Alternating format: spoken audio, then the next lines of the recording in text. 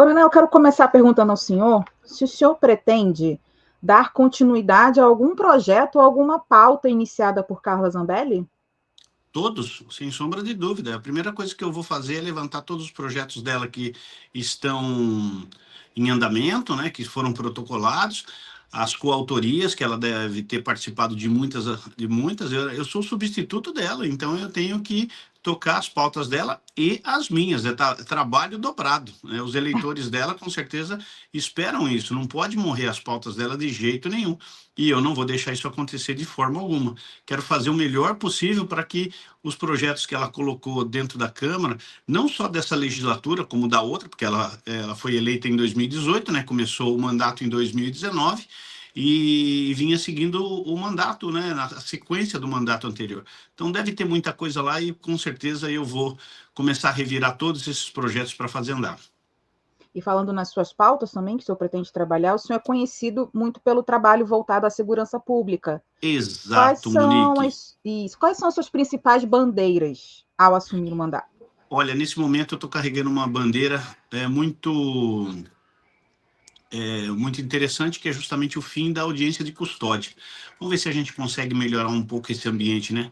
O que eu vejo aí são as corporações, as instituições de segurança, Polícia Militar, Polícia Civil, trabalhando muito e, infelizmente, a justiça não vem fazendo a sua parte, né? Todo mundo está acompanhando pelas redes sociais, todo mundo acompanha pela televisão, rádio, jornal, né? Essa história do prende e solta, eu acho que está na hora de dar um basta, né? A gente precisa começar a aprender mais, porque a sensação de impunidade está cada vez mais aumentando.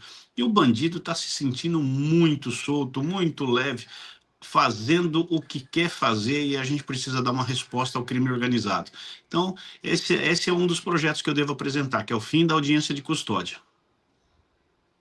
Coronel, o senhor assume a vaga de uma deputada que diz estar sendo perseguida pelo STF, pelo ministro Alexandre de Moraes. O senhor, no exercício parlamentar, se sente livre para dizer o que pensa na tribuna do plenário ou em suas redes sociais?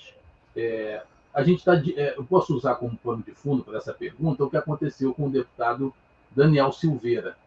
O senhor se sente protegido pela imunidade parlamentar? Sim, eu me sinto. É... Marcos, a gente precisa ser... Eu gosto de ser muito transparente, né? A gente sabe que o Daniel Silveira, ele cometeu alguns erros, alguns exageros nas suas palavras. Eu não entendo que deva ser dessa forma que a gente tem que fazer críticas. É claro que o STF, como instituição, pode ser criticado por quem quer que seja, sem que isso configure crime. E isso faz parte da nossa democracia, né, essa crítica. Então, eu não tenho medo de criticar o STF, aliás, eu tenho feito isso, realmente eu não concordo com muitas coisas que vêm acontecendo, então eu tenho o direito de me expressar como cidadão brasileiro. E como parlamentar, eu ainda tenho a imunidade. Mas a imunidade, o que ela significa? Se eventualmente eu for processado, eu vou ser julgado pelo STF e não pela justiça comum. Mas a liberdade de expressão, ela está escrita na Constituição, né? A gente tem que chover no molhado, né? Está lá escrito, né? É livre a manifestação do pensamento, desde que vedado o anonimato. Poxa, será que eu não vou poder expressar aquilo que eu penso? Né? O dia que eu não puder fazer isso, eu não estou numa democracia, né? Isso aqui aí não seria mais uma democracia, seria uma ditadura. Mas por enquanto nós temos a democracia, nós podemos criticar, podemos elogiar e podemos nos calar, né? Não há problema nenhum. Então, o que tem de errado, e eu vejo realmente algumas coisas erradas, muitas sentenças erradas, muitas sentenças exageradas, que poderiam ser feitas de outra forma. Então pode ficar tranquilo que eu estarei tranquilo na tribuna para falar aquilo que eu penso. E farei sempre que precisar. Deputado, com a impopularidade do presidente Luiz Inácio Lula da Silva, tudo indica que ano que vem pode haver de novo uma alternância de poder, né?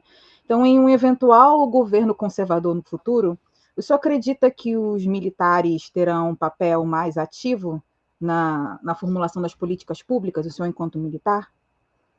Eu acredito que sim, né? O Exército, a Marinha, a Aeronáutica são instituições consagradas, né? e elas têm o seu papel, elas sempre estão cumprindo o seu papel dentro do possível. Eu acho que ultimamente está um pouco difícil, porque o corte do orçamento das Forças Armadas tem sido muito forte, e eu converso com algumas pessoas ligadas diretamente às Forças Armadas, as coisas não estão fáceis dentro dos quartéis, uma contenção de gastos muito, mas muito grande.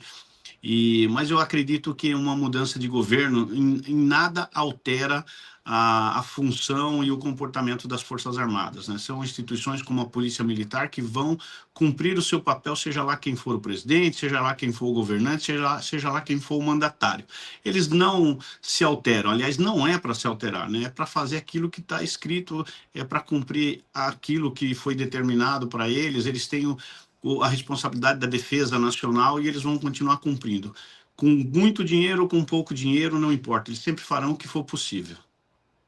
O senhor recentemente defendeu a posição do Supremo Tribunal Federal em relação à regulamentação das redes sociais. O senhor entende que, a partir do momento que o Congresso não legisla sobre a matéria, abre um precedente para que o Supremo Tribunal Federal o faça.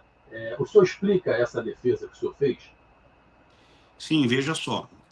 O que eu vi foi que o Congresso até agora se omitiu nesta questão. Veja só, eu não acho que as redes precisam ser reguladas. Há por trás disso tudo um discurso muito, digamos assim, muito malandro em relação às redes sociais. O que eles querem é fazer uma censura, e nós temos que criar uma lei que impeça a censura. Os crimes, as faltas que qualquer pessoa pode cometer através das redes sociais estão quase todas no Código Penal brasileiro. Então, tem que dizer, para mim, seria uma lei dizendo o seguinte: qualquer pessoa que infringir qualquer tipo penal previsto no Código Penal brasileiro será punida na forma da lei. E ponto. Essa é a regulação das redes sociais. Se tiver que ter um segundo parágrafo, a gente coloca assim, ó: todo mundo é livre para usar as redes sociais, desde que não infrinja nenhum artigo do Código Penal. Ponto. A lei está feita. Com 2 artigos a gente consegue fazer isso. Isso é para dizer de uma forma bem clara que o que estão querendo fazer é disfarçadamente impor uma censura para a gente. Isso eu não vou aceitar.